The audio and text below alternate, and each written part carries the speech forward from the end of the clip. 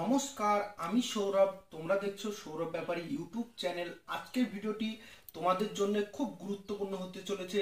তোমরা যারা WBP constable, KP constable, KP SI অথবা ডাব্লিউবিপি এসআই ক্যান্ডিডেট, কারণ আজকে আমরা বলবো যে WBP KP constable exam date কবে হতে চলেছে, ডাব্লিউবিপি এসআই এক্সাম ডেট কবে হতে চলেছে এবং কেপি এসআই এর রেজাল্ট কবে বেরোতে পারে। তোমাদের অনেক রকম কোয়েশ্চেন আছে। কেউ বলছে পুজোর আগে হবে না পুজোর পরে হবে। তার পরবর্তী কোয়েশ্চেন হচ্ছে যে দাদা কেপি এসআই রেজাল্টটা কবে বেরাবে। সব রকম কোয়েশ্চেনের অ্যান্সার তোমাদের আমি দেব, তাই ভিডিওর সঙ্গে থাকবে, ভিডিওটি কিন্তু মিস করবে না। প্রথমত বলি ডাব্লিউবিপি কনস্টেবল এবং কেপি কনস্টেবল এক্সাম ডেট কবে হতে পারে, ডাব্লিউবিপি এসআই এক্সাম ডেট কবে হতে পারে, কেপি এসআই রেজাল্ট কবে বেরোতে পারে।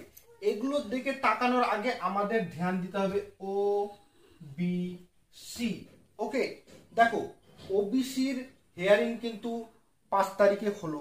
এবার নেক্সট ডেট কিন্তু তোমাদের 16 তারিখ পড়েছে, কেউ কেউ বলছে 20 তারিখ, সে 16 তারিখ 20 তারিখ যাই হোক, তার পরবর্তীতে আরেকটা ডেট পড়তে পারে। এই করতে করতে সেপ্টেম্বর চলে যাবে, সেপ্টেম্বরের নাগাদ চলে যাবে। পুজোর আগে তোমাদের পরীক্ষা হচ্ছে না এবং তোমাদের রেজাল্ট বেরোচ্ছে না কিছুতেই। পিআরবি কিন্তু বলেছে যে যতদিন অবধি ওবিসি এই সমস্যাটা না মিটবে ততদিন অবধি এই পরীক্ষা এর রেজাল্ট কিচ্ছু বেরোবে না। তোমাদের একদম পুরোপুরি কোয়েশ্চেনের অ্যান্সার হচ্ছে পুজোর আগে কোনো পরীক্ষা হচ্ছে না। ওকে, তাহলে পুজোর পরে কখন হতে পারে? দেখো কেপি কনস্টেবল আগে হবে, তারপরে কিন্তু ডাব্লিউবিপি কনস্টেবল, তারপরে ডাব্লিউবিপি এসআই পরীক্ষা হবে। আর পুজোর পরে নভেম্বর মাসের 20 তারিখ অবধি কিন্তু ছুটি আছে পিআরবির।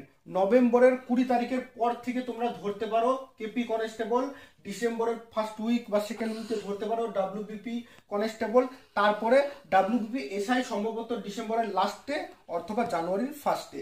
আর KP SI result OBC issue মিটার সঙ্গে সঙ্গে তোমরা কেপি এসআই রেজাল্ট পেয়ে যাবে। ব্যাস এইটুকুই আজকের আপডেট ছিল, আর কিছু না। ভিডিওটি ভালো লাগলে বেশি বেশি করে শেয়ার করো এবং চ্যানেলটিকে সাবস্ক্রাইব করো এরকম অথেন্টিক আপডেটের জন্য। ধন্যবাদ।